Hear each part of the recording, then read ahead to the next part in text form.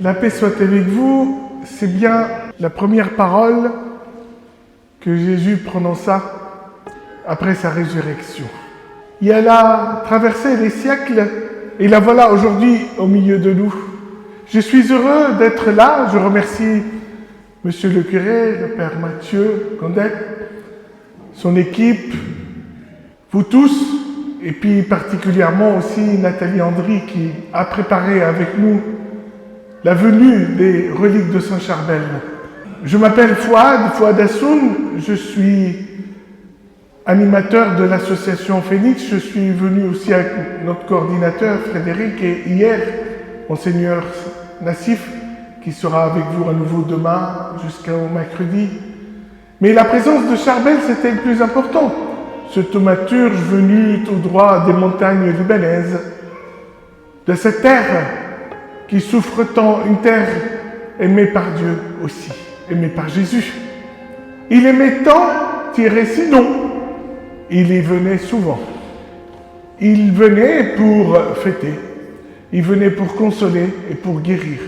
Souvenez-vous, dans les évangiles, le premier miracle de Jésus, je n'ai pas besoin de vous le rappeler, mais je vais le faire quand même. Les noces de Cana. Femme, mon heure n'est pas encore venue. On parle d'un miracle, je dirais, un peu futile, transformer l'eau en vin quand on parle de la résurrection d'un mort aujourd'hui. Écoutez ce qu'il vous dit.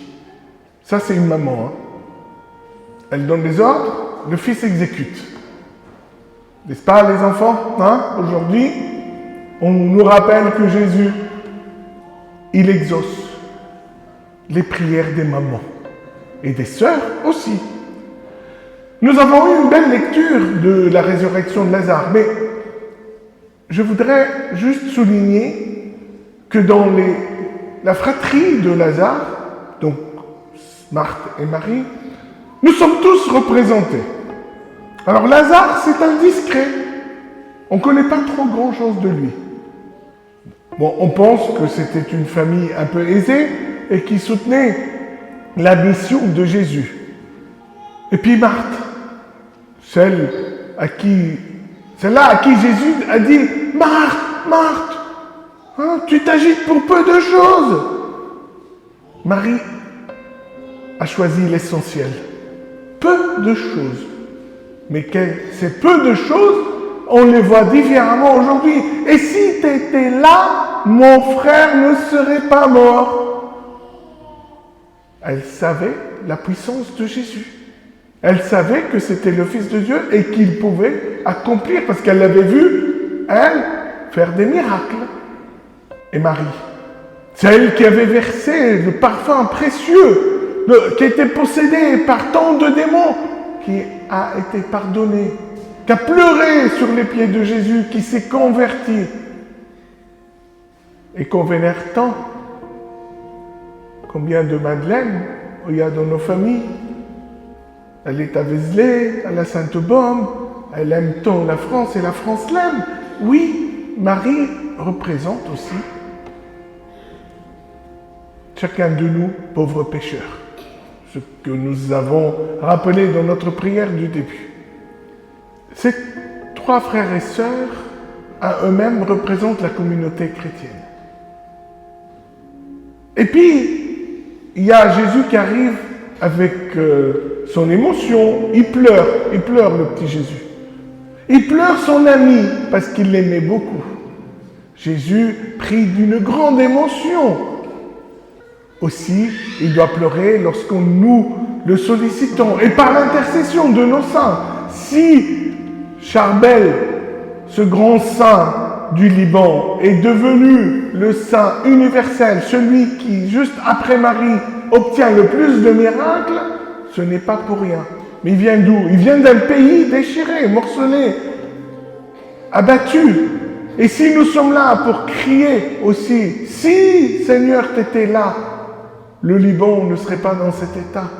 Mais le Seigneur tarde à venir. Vous voyez, il est resté 2 jours là où il était. Et pourtant, il connaissait l'urgence de la chose.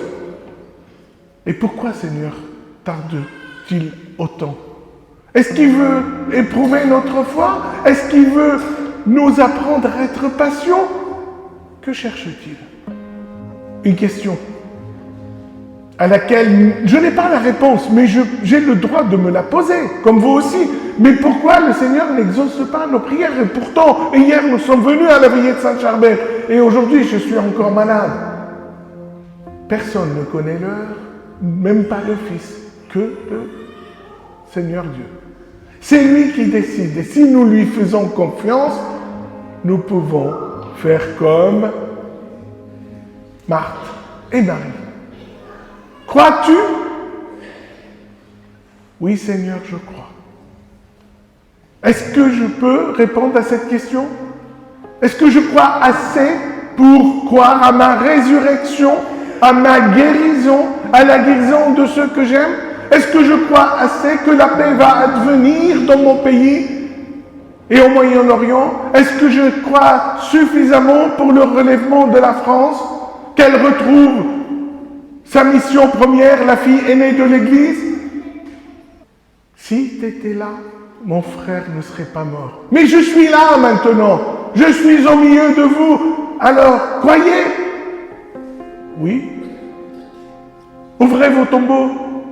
Sortez de vos tombeaux. Le pape Léon XIV nous l'a rappelé plusieurs fois. Lui qui, après Jean-Paul II, ce grand saint, venu tout droit de Pologne, et il est là aussi par l'abbé qui est au milieu de nous, qui représente, ça nous rappelle qu'il y a un grand saint qui a transformé aussi le visage de l'Église en la réconciliant avec son peuple. Le grand évangélisateur, il a fait je ne sais plus combien de voyages, combien de millions de personnes a-t-il rencontré. Il avait annoncé la venue de la civilisation de l'amour. Benoît XVI l'a confirmé, puis venu François. La civilisation de la rencontre, l'amour des pauvres, et puis maintenant Léon XIV, la civilisation de la paix. Et qu'est-ce qui se passe? Des guerres par-ci, par-là. Parce que le malin, il n'a pas envie de cette paix de Dieu. Il veut vendre des armes, il veut faire trafiquer les êtres humains, il veut euthanasier les malades, les pauvres, les vieux, etc. Et il veut éliminer la naissance, la vie. Parce que Jésus, il a dit, je suis la résurrection et la vie. Quand le Saint-Père nous dit, désarmez vos cœurs. Car Jésus ne rentre pas dans des maisons qui ont des portes blindées et fermées à 4 tours. Jésus rentre là où la porte est ouverte. Jésus ressuscite lorsqu'on enlève la pierre. Sors! Lazare, sors! Déliez-le! Laissez-le aller! Lâchez tous vos tombeaux! Ouvrez vos ténèbres! Et il a dit, celui qui marche dans les ténèbres, il trébuche! Celui qui n'a pas la lumière en lui, celui qui vous parle. Aujourd'hui, moi-même, Fouad, moi j'ai été aveuglé par la guerre. J'ai subi un attentat terroriste qui m'a ôté la vue, mais j'ai reçu en moi cette lumière qui me permet de ne plus trébucher, de marcher droit et de trouver mon chemin, accompagné par les compagnons de route, mais pour aller au plus loin, pour trouver Jésus et le suivre et pour trouver la résurrection.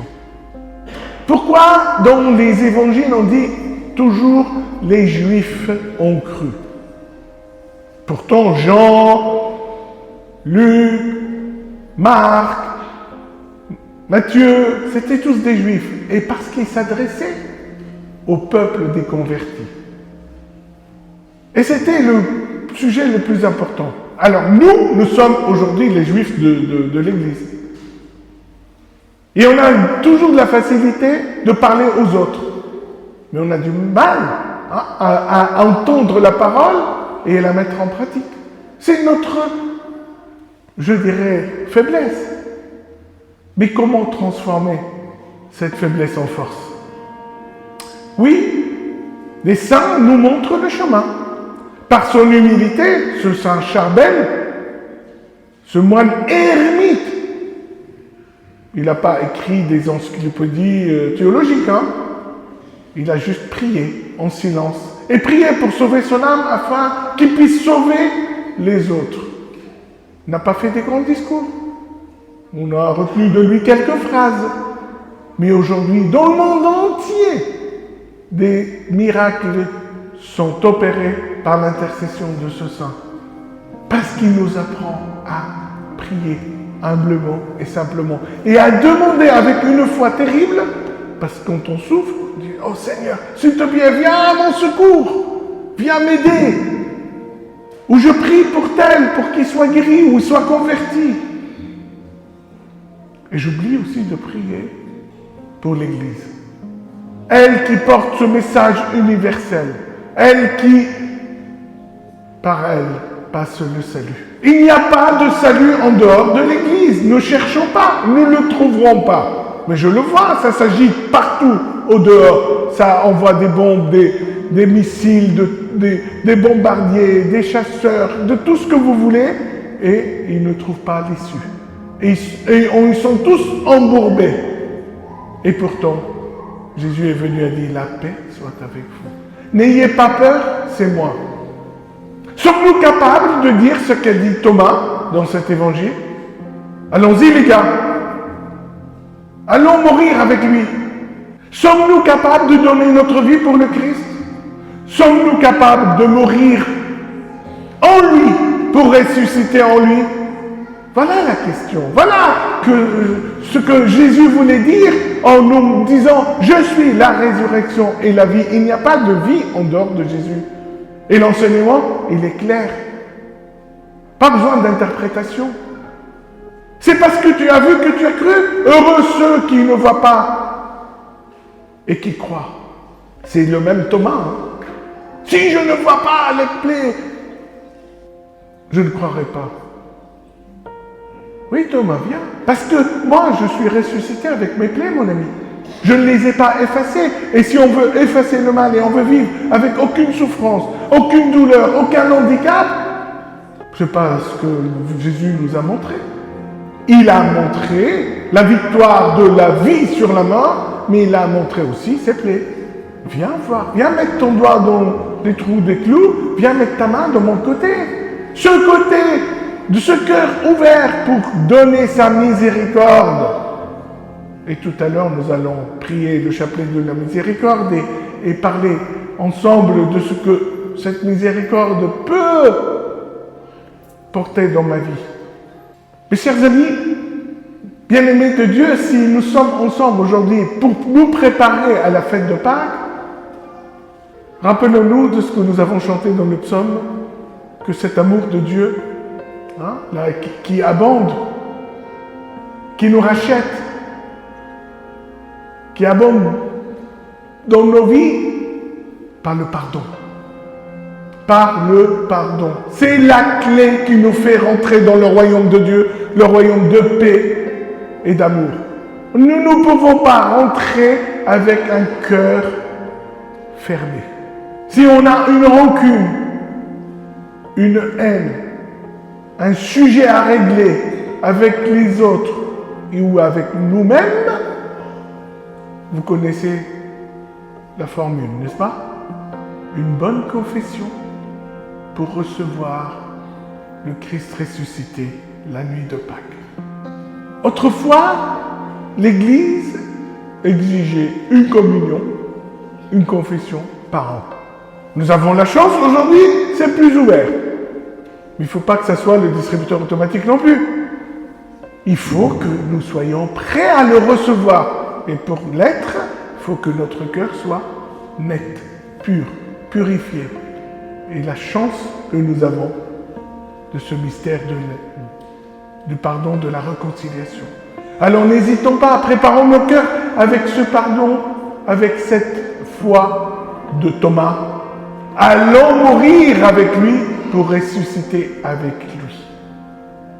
Nous sommes venus avec Saint Charbel et nous sommes venus aussi vous déposer la douleur du Liban et du Moyen-Orient. Des chrétiens de Tyr et Sidon dont Jésus a visité plusieurs fois Et il a même dit, Tyr et Sidon seront mieux traités que Sodome et Gomorrhe, tellement qu'il a vu la foi là-bas. Et la foi, elle reste. Il y a encore des chrétiens qui vivent là-bas depuis que Jésus est venu les voir, et ils ne veulent pas quitter leur terre.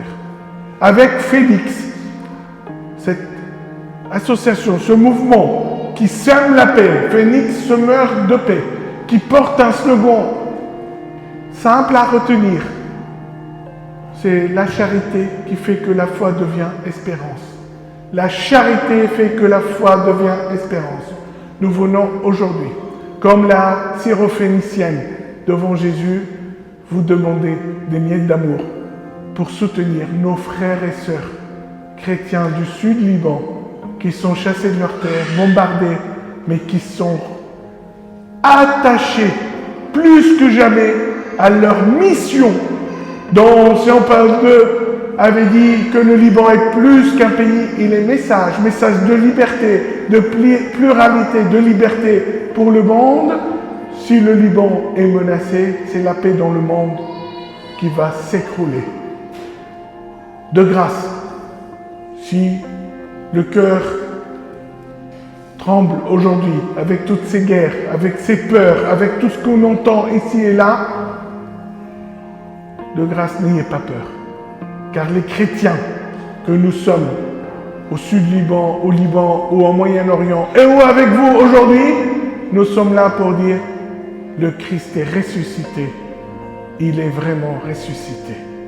Et nous serons ces ponts qui vont ouvrir les routes pour traverser d'un côté ou de l'autre, pour se rencontrer un nouveau peuple juif, musulman, chrétien, athée, où tous nous allons un jour nous retrouver au paradis, si Dieu le veut, si nous faisons le bien ici-bas et nous préparons nos cœurs à recevoir la bonne nouvelle.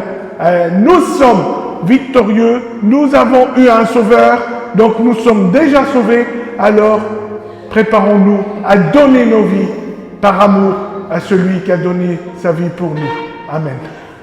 Chers amis, si cette vidéo vous a plu, si vous vous sentez concerné, merci de vous abonner, de liker et de partager.